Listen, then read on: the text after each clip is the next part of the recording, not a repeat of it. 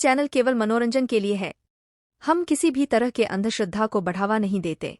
एक बार की बात है, क्रीपी हॉलो नामक एक डरावने शहर में राक्षसों का एक समूह रहता था जो किसी भी अन्य राक्षसों से अलग थे।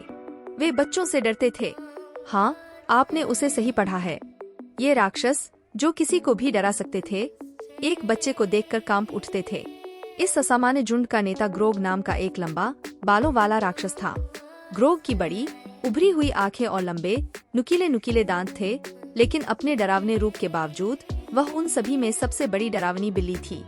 उनका दूसरा कमांड स्लज नाम का एक पतला हरा राक्षस था, जो जहाँ भी जाता था उससे मल निकलता था।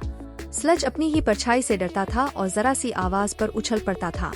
एक दिन राक्षसों ने अपने पसंदीदा अड्डे शहर के किनारे एक पुरानी परित्यक्त हवेली में एक बैठक आयोजित करने का फैसला किया। जैसे ही वे चारों ओर एकत्र हुए, ग्रोग ने अपना गला साफ किया और बोला। उसकी आवाज डर से कांप रही थी। साथी राक्षसों, हमारे पास एक समस्या है। नगर परिषद ने हमें सूचित किया है कि बच्चों का एक समूह कल स्कूल क्षेत्र की यात्रा के लिए क्रीपी हॉलो का दौरा करेगा। अन्य राक्षस भयभीत होकर हाफने लगे। बच्चे खौफनाक खोखले में, यह उनके लिए एक बुरे सपने के सच होने जैसा था। ग्रोग ने आगे कहा, हमें इन बच्चों को हमारे गुप्त डर का पता चलने से पहले उन्हें डराने के लिए एक योजना बनाने की जरूरत है। बहुत विचार मंथन के बाद वे एक योजना लेकर आए। वे आम शहरी लोगों की तरह कपड़े पहनते थे और मिलनसार और स्वागत करने वाले होने का दिखावा करते थे। फिर जब बच्चों को इसकी बिल्कुल भी उम्मीद नहीं होती, तो वे अपने असली राक्षस रूप प्रकट करते और उन्हें हमेशा के लिए डरा देते। अगले दिन जैसे ही बच्चे क्रीपी हॉलो में पहुँचे, उनका स्वागत राक्षसों ने किया, जो भेष बदले हुए थे। ग्रोग को एक मिलनसार बूढ़े आदमी के रूप में तैयार किया गया था, स्लज को एक मुस्कुराती हुई महिला के रूप में और अन्य राक्षसों को विभिन्न शहरवासियों के रूप में तैयार किया गया था। बच्चे गर्मजोशी से स्वागत से खुश हुए और शहर का भ्रमण करना शुरू कर दिया। उन्होंने खौफनाक कब्रिस्तान, डरावने जंगल और यहाँ तक कि भूथा हवेली का भी दौरा किया।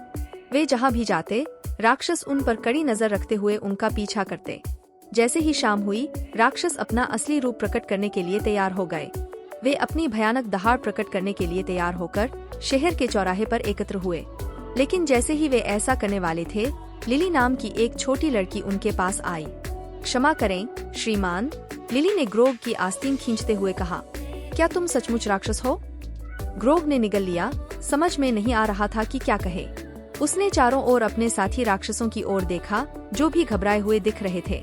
अंत में उन्होंने उत्तर दिया, ओह हाँ, मैं हूँ, लेकिन मैं एक मिलनसार राक्षस हूँ। हम सभी हैं।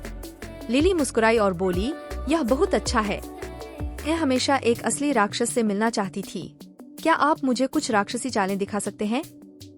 लिली के अनुरोध से राक्षस आश्चर्यचकित रह गए। उनसे पहले कभी राक्षसी करतब दिखाने के लिए नहीं कहा गया था। ग्रोग ने अपना सिर खुजाया और सोचने की कोशिश की कि वे क्या कर सकते हैं। अंत में उन्होंने कहा, अच्छा, ओह, राक्षस नृत्य कैसा रहेगा? और इसके साथ ही उसने एक मूर्खतापूर्ण नृत्य करना शुरू कर दिया, जिसमें स्लज और अन्य राक्षस भी शामिल हो गए। राक्षस नृत्य से प्रसन्न होकर बच्चे हंसे और तालियां बजाईं।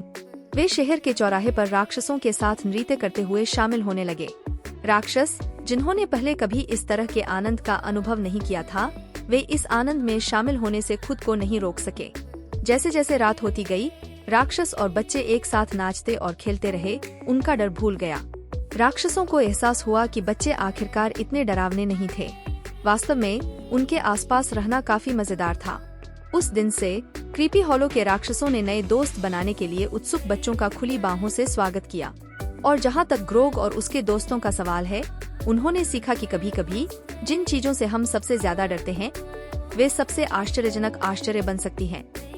अगर आपको कहानी थोड़ी सी भी पसंद आई हो तो लाइक करें, कमेंट करें और चैनल को सब्सक्राइब करना ना भूलें।